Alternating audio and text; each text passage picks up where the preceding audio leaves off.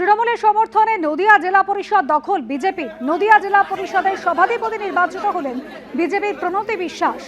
গত 2রা জুলাই অনাস্থা ভোটে অপসারিত হন নদিয়া জেলা পরিষদের সভাধিপতি তারান্নুম সুলতানা মীর। জেলা পরিষদের মোট 52 জন সদস্যদের মধ্যে 31 জন তারান্নুমের বিরুদ্ধে ভোট দেন। ভোটাভুটিতে বিজেপির 6 জন সদস্য অনুপস্থিত ছিলেন। অনাস্থা ভোটে জেলা পরিষদের সভাধিপতি অপসারণের পর আজ ছিল সভাধিপতি নির্বাচন।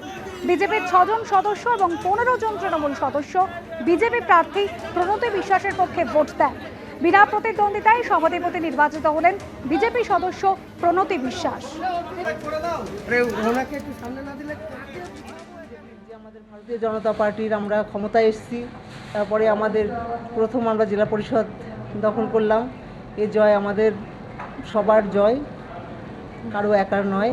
দুর্নীতির বিরুদ্ধে জয় হয়েছে। দুর্নীতির বিরুদ্ধে মানুষ যাতে সুস্থভাবে মানুষ পরিচালনা করতে পারে।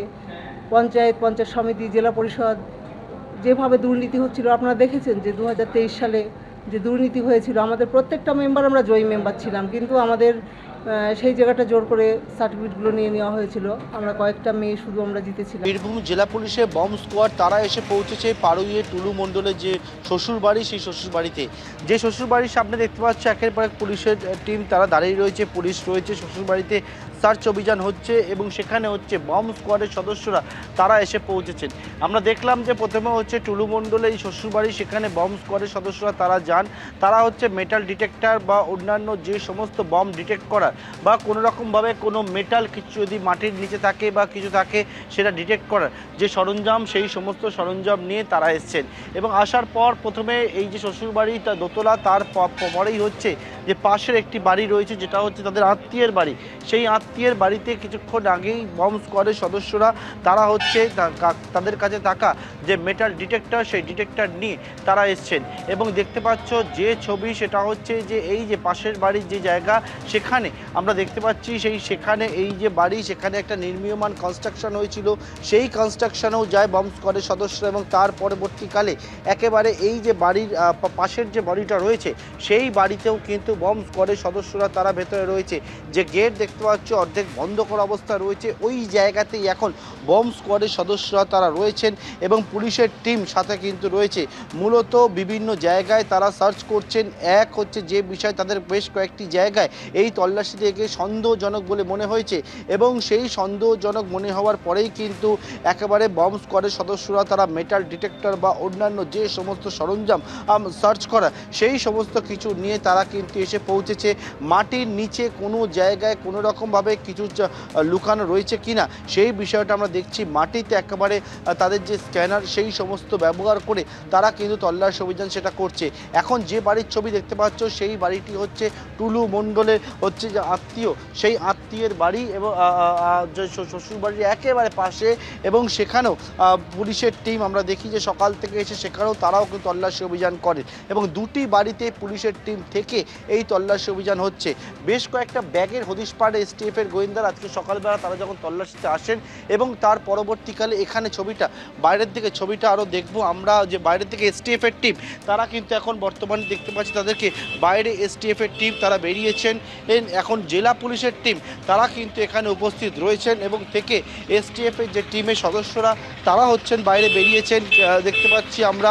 এবং এসটিএফের টিমের পাশাপাশি বেঙ্গল পুলিশের অর্থাৎ বীরভূম জেলা পুলিশের যে টিম তারা এসছেন, এসটিএফের টিম এখান থেকে বেরিয়ে যাচ্ছেন এবং এসটিএফের টিম এখান থেকে বেরোচ্ছেন। আমরা দেখতে পাচ্ছি এসটিএফের একজন এসপি পদমর্যাদার অফিসার তিনি রয়েছেন এখানে এবং এসটিএফের টিম এখান থেকে বেরোচ্ছে। অন্যদিকে বীরভূম জেলা পুলিশের টিম তারা কিন্তু এখন এখানে উপস্থিত রয়েছেন। একেবারে সেই ছবি আমরা সরাসরি দেখতে পাচ্ছি। বেঙ্গল এসটিএফ এর টিম তারা সেখান থেকে বেরিয়ে যাচ্ছেন, যদিও বীরভূম জেলা পুলিশের আধিকারিকরা এই মুহূর্তে এখনো সেখানে রয়েছেন। আর এরই মধ্যে পাড়ুইয়ে টুলু মণ্ডলের শ্বশুর বাড়িতে বম্ব স্কোয়াডও পৌঁছে যায়। বেশ কয়েক ঘন্টা ধরে বাড়ি ঘিরে রেখে চলে তল্লাশি। আর এই বাড়ির মধ্যে থেকেই কয়েকটি ব্যাগেরও খোঁজ মিলেছে।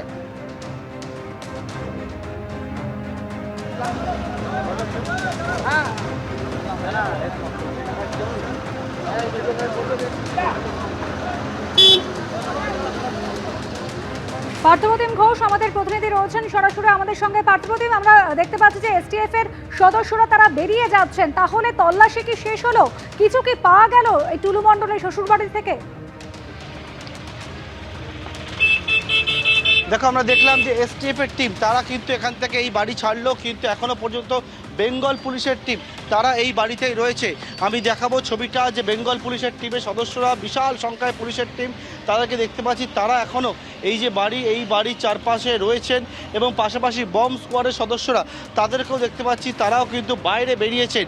এখন কিছুক্ষণের মধ্যে বুঝতে পারবো সার্চ ওভার কিনা বা কিছু পাওয়া গেছে কিনা। এখনও পর্যন্ত তাদের তরফ থেকে কিন্তু কোনো কিছু স্পষ্ট করে বলা হয়নি।